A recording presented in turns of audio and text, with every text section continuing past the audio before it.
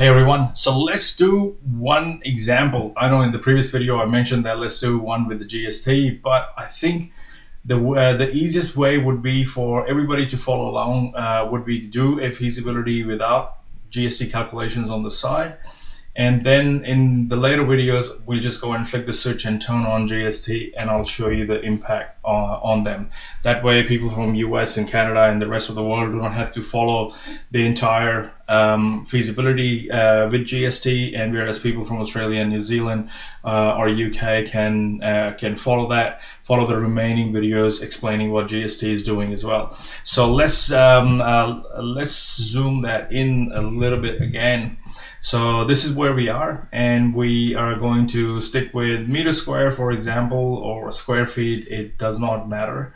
So let's just stick with meter square for the time being. We'll leave the dollar on, but in GST we'll just select NA, and I'm just going to change that to 0. I don't have to, but it's okay. And the remaining we'll leave as it is. So we've got land purchase price, acquisition cost, 1.2 mil, and so on. So let's go in here. So here's another thing I wanted to show you before we go deep into this. So this is your feasibility. So on the side you'll see these plus signs. So you can right click on this and go expand all of them. So that way you know what is happening and you can see the whole thing at one glance. You can actually collapse them individually, or you can again right click on any one of them and you can collapse all of the row groups.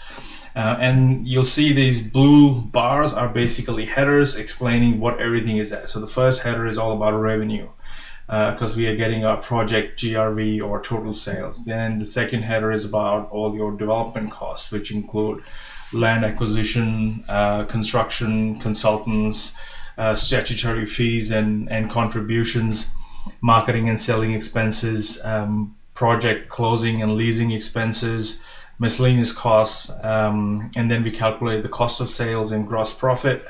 And then we have another section called other income. What that is that when you're holding the property while you are going through the planning process or going through the zoning department or going through your council to get a permit for development or an approval for development, that property is not just going to sit there. Yeah, you'll be able to rent it out and make some money off it.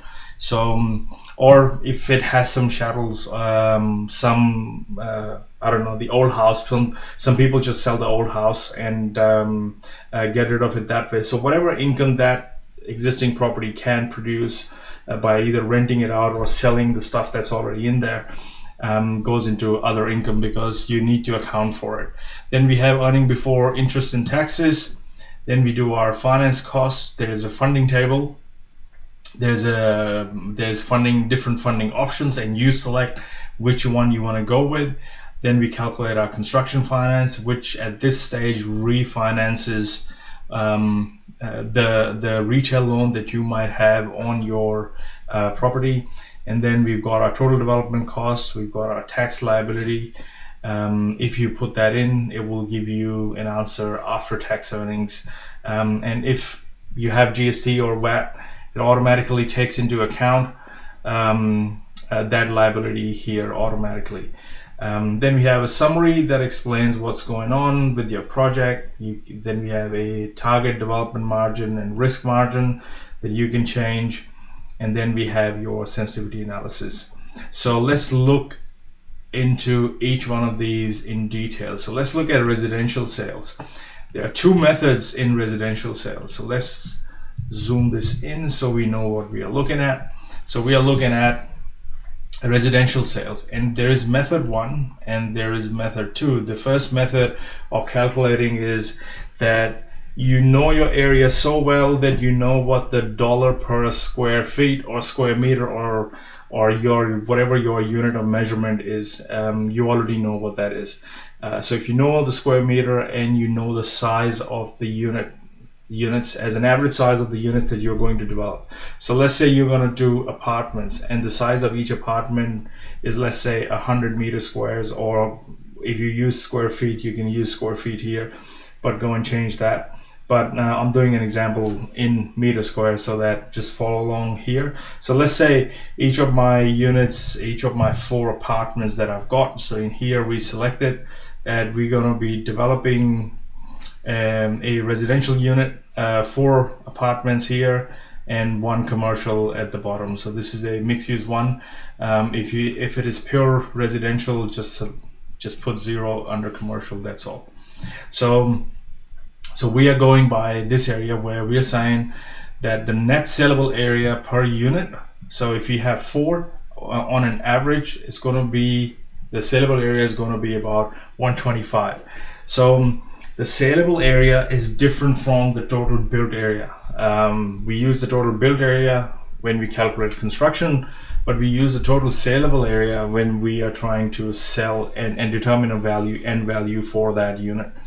So that gives us a total net saleable area in Muda Square of about 500 square meters.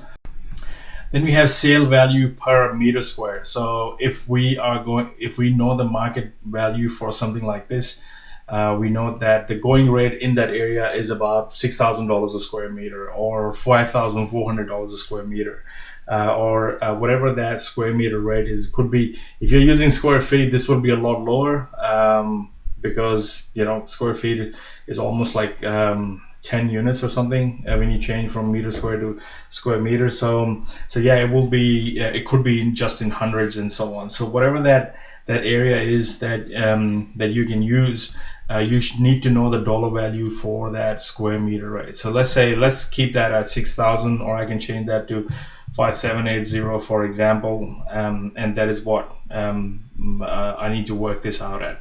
So what this is doing is it's giving me the value as an average sale value for my residential unit. So now this is only residential, and this is giving me a total value right here.